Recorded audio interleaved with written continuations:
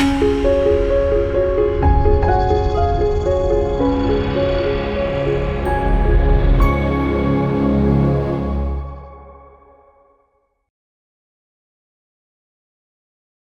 మాత్రం. నేను మీ journalist Navata. Welcome to our voice.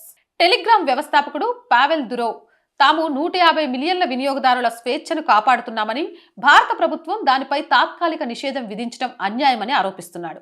అయితే ప్రభుత్వం జూన్ 22, 2026 వరకు వారం రోజుల పాటు టెలిగ్రామ్ను నిలిపివేయడంతో పాటు జూన్ 30 వరకు మెసేజ్ ఎడిటింగ్ ఫీచర్ని కూడా నిలిపివేయాలని ఆదేశించింది. దీని వెనుక ఉన్న కారణం, ఈ నిషేధం కేవలం ఫైల్స్ షేరింగ్ని ఆపడం దీని ఉద్దేశం కాదు.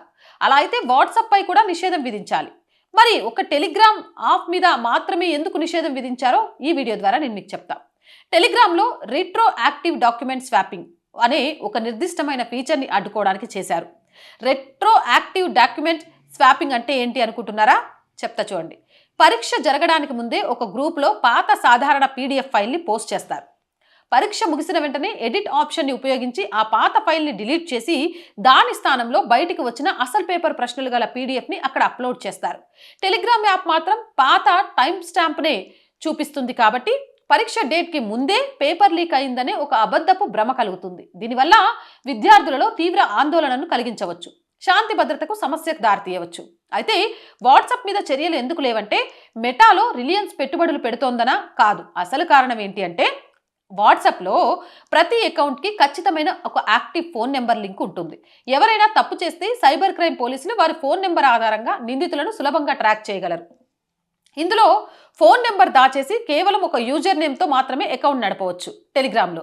దానివల్ల స్కామర్లు, పేపర్ లీక్ చేసేవారు దొరకకుండా అజ్ఞాతంలో ఉండిపోతున్నారు.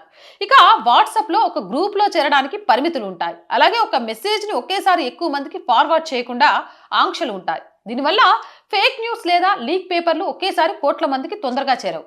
అదే టెలిగ్రామ్ విషయానికి వస్తే లక్షల కోట్ల మంది సబ్స్క్రైబర్స్ ఉండవచ్చు. ఒక్క స్కామర్ పెట్టిన ఒకే ఒక్క ఫేక్ పోస్ట్ క్షణాల్లో దేశవ్యాప్తంగా లక్షలాది మంది విద్యార్థులకు వైరల్ అయిపోతుంది. ఇక వాట్సాప్లో మెసేజ్ పంపిన 15 నిమిషాల్లోపు మాత్రమే ఎడిట్ చేయగలం. పైగా పాత మెసేజ్ని ఎడిట్ చేసి కొత్తగా ఫైల్స్ యాడ్ చేసే ఆప్షన్ వాట్సాప్లో లేదు. టెలిగ్రామ్లో ఎప్పుడో కొన్ని రోజుల క్రితం పెట్టిన మెసేజ్ని కూడా ఎడిట్ చేయవచ్చు. దీనినే స్కామర్లు వాడుకొని పాత టైం స్టాంప్తో కొత్త పేపర్లను అప్లోడ్ చేసి భయాందోళనలు సృష్టిస్తున్నారు.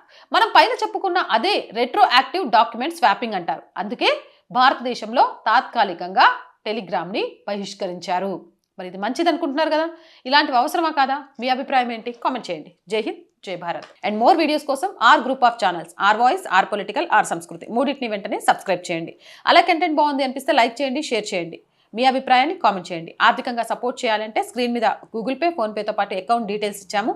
మీకు తోచిన సహాయాన్ని అందించండి. వ్యాపార ప్రకటనల కోసం 8328500576 నెంబర్ని సంప్రదించండి. జై హింద్, జై భారత్.